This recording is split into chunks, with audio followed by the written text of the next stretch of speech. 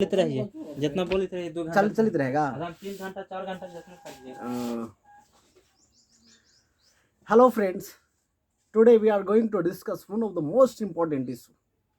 एक ऐसे मुद्दे पर आज हम लोग बात करेंगे तो बहुत ही संवेदनशील मुद्दा है और जिसके बारे में हम सब लोग को जरूर एक बार सोचना चाहिए और विचार करना चाहिए। हम लोगों ने करप्शन के बारे में सुना होगा, कई बार हम लोगों ने न्यूज़पेपर में हम देखते हैं, टीवी में देखते हैं, समाचार पत्रों में, मैगजीन्स में, चारों तरफ हम लोग कई बार देखते हैं कि करप्शन हो रहा है, आर्थिक करप्शन हो रहा है। लालू यादव जैसे लोग आर्थिक करप्शन में जेल में चक्कर काट रहे हैं। अब जाकर के उनको पिछले महीने उनको बेल मिला है और बहुत सारे लोग आर्थिक करप्शन में जेल जा चुके हैं। भाई मैं ये तो बात हम सब आप लोग देखे होंगे, न्यूज़पेपर में पढ़े हैं, डे बाय डे देखते हैं। लेकिन जो सबसे अहम और इम्पोर्टेंट मुद्दा है कि आर्थिक करप्शन जो होता है वो हमारा फंडामेंटल राइट का पार्ट तो नहीं, लेकिन हाँ लीगल राइट का पार्ट है, जिसके चलते लीगल वे में एक्शन लिया जाता है। मुझे ये बताया जाए कि जब फंडामेंटल राइट की हानि होती है और जब फंडामेंटल राइट की हानि एक बहुत बड़े मात्रा में हो, बिग लेवल पर हो,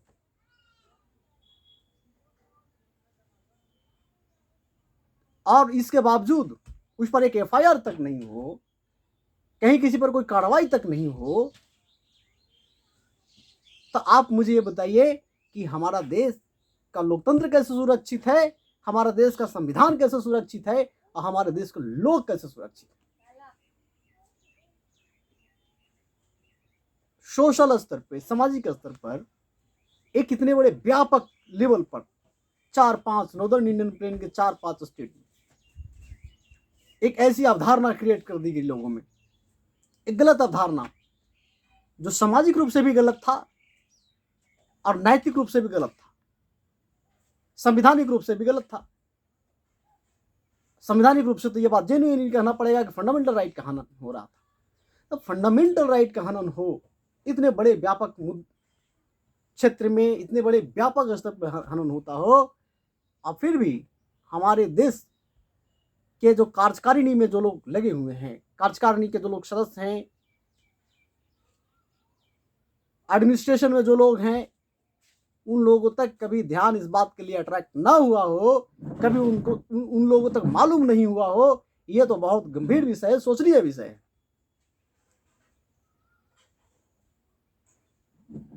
ऐसा कैसे हो सकता है? हम आप तमाम सब लोग जानते हैं कि कहीं पे किसी का फंडामेंटल राइट का हनन होता हो तो वो सीधा हाईकोर्ट या सुप्रीम कोर्ट को अप्रोच कर सकता है। लेकिन क्या कारण है कि एफआईआर तक नहीं होते हैं? क्या वजह है, क्या कारण है? सेक्सुअल हरासमेंट के केसेस इतने बड़े हैं देश में कि नाक नहीं दी जाती, कान नहीं दी जाती है, लेकिन एक एफआईआर तक कहीं नहीं समझ में आता है। बिहार से लेकर के उत्तर प्रदेश, हरियाणा, दिल्ली, कुछ पार्ट राजस्थान का, आखिर ये मामला क्या है कि किसी तक की इस बात की भनक नहीं लगती है। लोगों के साथ अन्याय हो रहा है, क्रूर अन्याय हो रहा है, अत्याचार होते आ रहा है, जगह जगह चिट्ठियां लिखी गई, सब लोग बड़े से बड़े दफ्तर में जाकर के चिट्ठियां लिखी गई, एप्लीकेशन दायर किया गया, ऑनलाइन एप्लीकेशन दायर किया गया, लेकिन कहीं से कोई कार्रवाई नहीं, कहीं से कोई जवाब नहीं। कौन जवाबदेह है? किसको जवाबदेह ठहराया जाएगा? भाई जिस बात के लिए जवाबदेह नहीं है तो फिर पार्लियामेंट में कानून बनाते क्यों हैं? उन पार्लियामेंट्री कानून को क्यों नहीं एब्रोगेट कर दिया जाता है? जब किसी बात पर कोई कार्रवाई नहीं होगी कहीं से, जिसको क्राइम नहीं माना जाएगा, तो फिर वह उन विषय पर आखिर पार्लियामेंट में कानून बने रहने के क्या औचित्य है?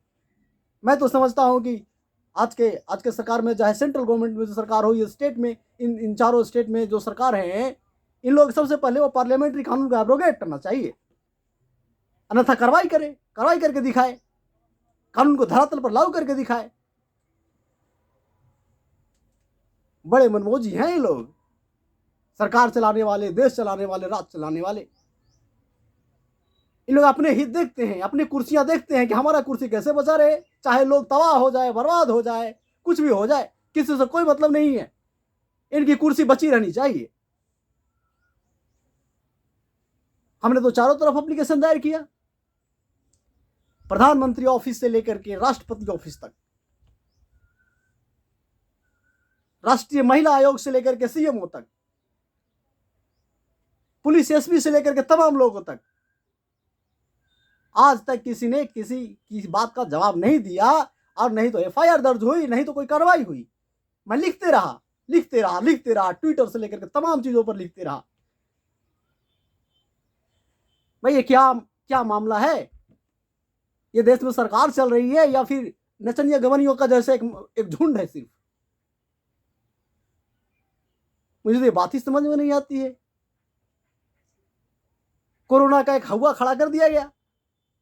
तमाम लोगों को पता है कि कोरोना पूरे वर्ल्ड में है, सब लोगों को पता है कि कोरोना का भारत में जिस तरह से प्रसार हुआ है तो प्रसार कम हुआ है, लेकिन फिर भी कोरोना का जिस तरह से असर भारत में कम है वो हमारा देश का खान पान व्यवस्था के कारण है, रहन सहन व्यवस्था के कारण है। हम उस पर कभी ये तो नहीं देखते हैं कि हमारी व्यवस्था, आखिर कोरोना डिजीज से लड़ने के लिए हमने अपनी व्यवस्था कितना बेहतर बनाया, इस बात पर हम गौर नहीं करते हैं, नहीं सोचते हैं, और कोरोना का हवा खड़ा किया जाता है। और इस हवा में बाकी जो एडमिनिस्ट्रेटिव फेलियर्स है गवर्नमेंट के, उसको दबा दिया जाता है। भाई हमें तो समझ में नहीं, हम तो सुनते थे कि पहले जब चुनाव आता है तो चुनाव के दौरान कुछ ऐसा हवा खड़ा कर दिया जाता है कि बाकी जो फेलियर्स होते हैं गवर्नमेंट के वो दब जाती है, और उनकी हवा में वो चुनाव जीत जाते हैं। लेकिन ये तो ताजुब की बात है कि चुनाव भी नहीं है, और एक ऐसे लीगल पॉइंट पर लोगों का जो है बिल्कुल अटेंशन नहीं जा रहा है, किसी का, बड़े से बड़े लोगों का किसी का अटेंशन नहीं जा रहा है कि भाई इस देश में इतने व्यापक रूप से ये सामाजिक भ्रष्टाचार बढ़े हैं, तो कैसे बढ़े हैं, क्यों बढ़ रहे हैं? हम आप जैसे लोग जब इस बात को उछालेंगे, मुद्दे बनाएंगे, तो लोग कहेंगे कि असामाजिक है, देश विरोधी है, कह दिए जाते हैं। कन्हैया कुमार ने कुछ कहा तो उसको देश विरोधी घोषित कर दिया गया। मैं भी कुछ बोलूंगा, मुझे भी देश विरोधी घोषित किया जाएगा। कैसे लोकतंत्र के निवासी हम हैं, कैसे लोग इस लोकतंत्र में गवर्निंग में बैठे हुए हैं।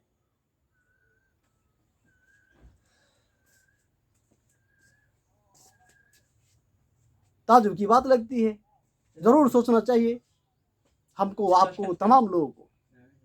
यह भी जरूर इस बात को सोचना चाहिए कि इन चीजों से जो इस तरह का माहौल बनाया गया है उससे अफेक्टेड कौन है, उससे प्रभावित कौन हुआ है? क्या मंत्री जी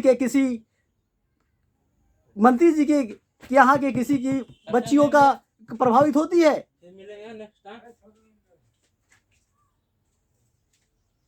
या फिर अरबपति घरों के जैसे किसी लड़कियां प्रभावित होती है इससे? नहीं। प्रभावित कौन होता है? लोअर क्लास, मिडिल क्लास के लोग प्रभावित होते हैं। जो लोग मजबूत हैं, हर तरह से मजबूत हैं, उन लोगों को प्रभावित कैसे करोगे आप? एक गलत हवा खड़ा करना, और गलत हवा खड़ा करके पूरे देश में एक ऐसा भ्रष्टाचार, अखंड भ्रष्टाचार हम कहेंगे, का माहौल ऐसा बनाना जिसमें खुद वही लोग हवा बनाते हैं, वही लोग भ्रष्टाचार के कारण वही लोग बर्बाद होते हैं। एडमिनिस्ट्रेशन, कानून, गवर्निंग बॉडीज में बैठे हुए लोग सब मूक दर्शक रहते हैं। कहा भाई तो अगले इलेक्शन में वोट तो लेना है ना। वाह क्या बात है, वोट लेना है, इसलिए आप कानून को न समझेंगे, कानून को नहीं मानेंगे। खुद जिन लोगों ने खुद कानून बनाया है वही लोग कानून को नहीं मानेंगे। कानून ही तो टूट रहा है, लोग की इज्जतें ही तो जा रही है, लोग बलात्कार ही तो हो रहे हैं। क्या मतलब है, होने दो। हम तो कहेंगे शान से कि हम यूएनए में जाके कहेंगे, अमेरिका में जाके कहेंगे कि हम तो सबसे बड़े देश लोकतंत्र के निवासी हैं, सीधा चौड़ा करके कहते हैं कि हम सबसे बड़े लोकतंत्र के निवासी हैं। 75 आज़ादी के 75 साल हो गए और इन 75 सालों में सही से अगर पार्लियामेंट द्वारा बनाई गई कानून तक लागू नहीं होती है, हम अपने संविधान को नहीं समझते हैं, संवैधानिक प्रावधानों को नहीं समझते हैं, कानून को नहीं समझते हैं और नहीं समझ पाए आज तक, तो हमने किया क्या? क्या हमारा एजुकेशन का महत्व है? इन तमाम मुद्दों पर हमको, आपको, तमाम लोगों को जरूर गौर करना चाहिए। आप, हम, हर एक व्यक्ति, समाज में होने वाली हर गलत अवधारणा, समाज में होने वाली हर गलत कार्य का अगर हम आप विरोध नहीं करेंगे तो हर बार देश में ऐसे माहौल क्रिएट होंगे कि जिसकी हम आप परिकल्पना नहीं कर सकते। जो तत्काल में हमें समझ में आती है वो देखने को मिल रही है।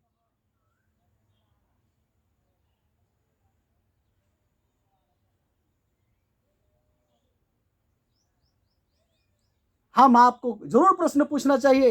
प्रश्न अगर नहीं पूछेंगे तो इस देश के सत्ता में बैठे हुए लोग ऑटोक्रेटिक हो जाएंगे। ये सिर्फ मेरा कार्य नहीं है, किसी 2, 4, 10 लोगों का कार्य नहीं है सवाल पूछना। जिन लोगों के पास वास्तविक एजुकेशन है, जो लोग एजुकेटेड हैं, वो लोग सवाल पूछना जानते हैं। सवाल पूछना अगर आप नहीं जानते हैं तो आप नॉन एजुकेटेड हैं। आप गलत को विरोध करना नहीं जानते हैं तो आप नॉन एजुकेटेड हैं। आप समाज में सही भावना को नहीं प्रेषित करते हैं, सही विचारों को नहीं प्रेषित करना जानते हैं तो आप नॉन एजुकेटेड हैं। अरे भाई, एडुकेटेड लोग, नॉन एडुकेटेड लोग सब एक ही क्लास के, एक ही दर्जे में आ गए हैं।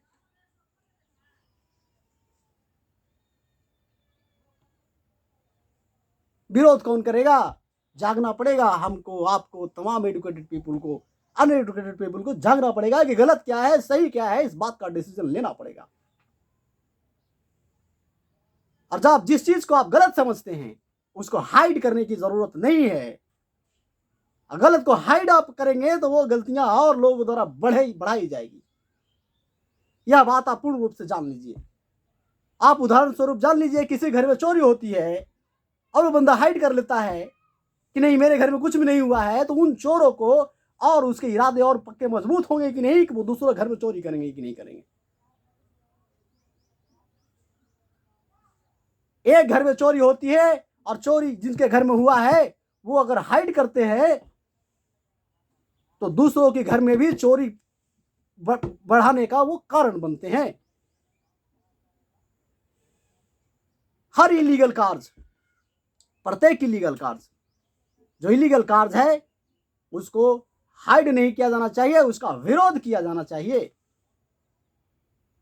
जहां आप तमाम लोग विरोध करना शुरू कर देंगे, गलत चीजों को, गलत कार्यों को, अपराध को अगर विरोध करना शुरू कर देंगे, तभी हमारा देश वास्तविक रूप से लोकतंत्र बन पाएगा।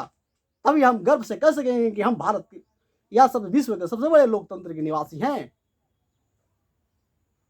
और नहीं तो हम हाथ पर हाथ धरे रहते हैं कि ये हमारा काम नहीं है जी, जिसका फटा वो सिए। मत भूलिए, आज किसी का फटा है, कल तुम्हारा ही फटेगा, परसों तुम फिर किसी और का फटेगा। ये फटने का सिलसिला जारी रहेगा।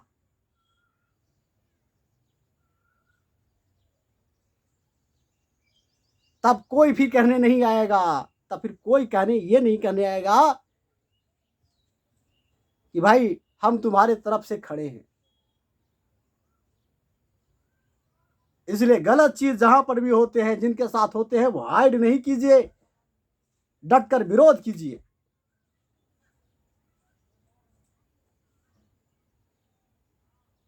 अगर कोई बात नहीं सुनता है आपका, मैं भी जानता हूं कि आज के डेट में किसी का कोई बात नहीं सुनता है। यदि आप कॉमन मैन हैं,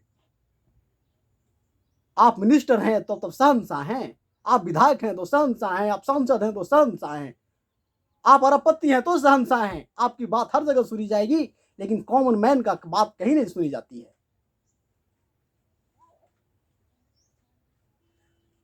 लेकिन यही कॉमन मैन जब इलेक्शन आता है तो इसी कॉमन मैन को पोलराइज करने के लिए, वोट लेने के लिए वो तमाम लोग कितने जाल बिछाते हैं, आप जानते हैं, हम जानते हैं, तमाम लोग जानते हैं। अब त्रस्त भी कौन होता है? वही कॉमन मैन त्रस्त होता है।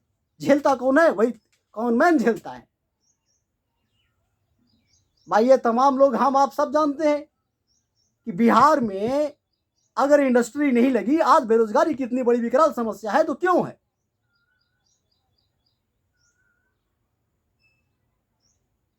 यहाँ का एडमिनिस्ट्रेटिव व्यवस्था सही नहीं था। जो पावर में लोग थे उन लोगों ने एडमिनिस्ट्रेशन को सही नहीं रखा था, जिसके कारण आज बिहार जो है आर्थिक रूप से पिछड़ों के काउंटिंग में आता है, एडुकेशनली भी पिछड़े को काउंटिंग में आता है। आज हम चिल्लाते हैं रोजगार नहीं है, रोजगार नहीं है। कभी हम लोगों ने इस बात के लिए नहीं सोचा कि भाई रोजगार क्यों नहीं है, बिहार में क्यों नहीं रोजगार धंधे लगे, उद्योग धंधे लगे। वाह भाई, ऐसे ही अगर हाथ में हाथ रखे रहेंगे, मुंह को बंद किए रहेंगे, शोषण को सहते रहेंगे, जुल्म को सहते रहेंगे, तो दमनकारी और शोषणकारी लोगों का बोलबाला बढ़ जाएगा।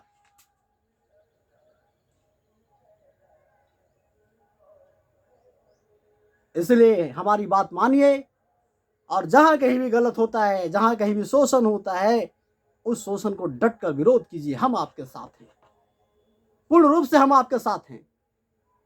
मैं शोषक के साथ नहीं हूं, जिनके साथ शोषण होता है, जो पीड़ित रहते हैं, गरीब रहते हैं, वंचित हैं, मैं उनके साथ हूं।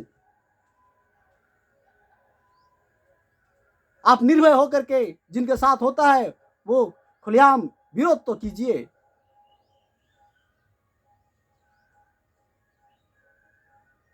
धन्यवाद, थैंक यू। मुझे उम्मीद है कि आप लोग हमारी बातों को समझे होंगे, सोचेंगे और हमारी बातों पर अमल करेंगे। धन्यवाद, फिर मुलाकात होगी।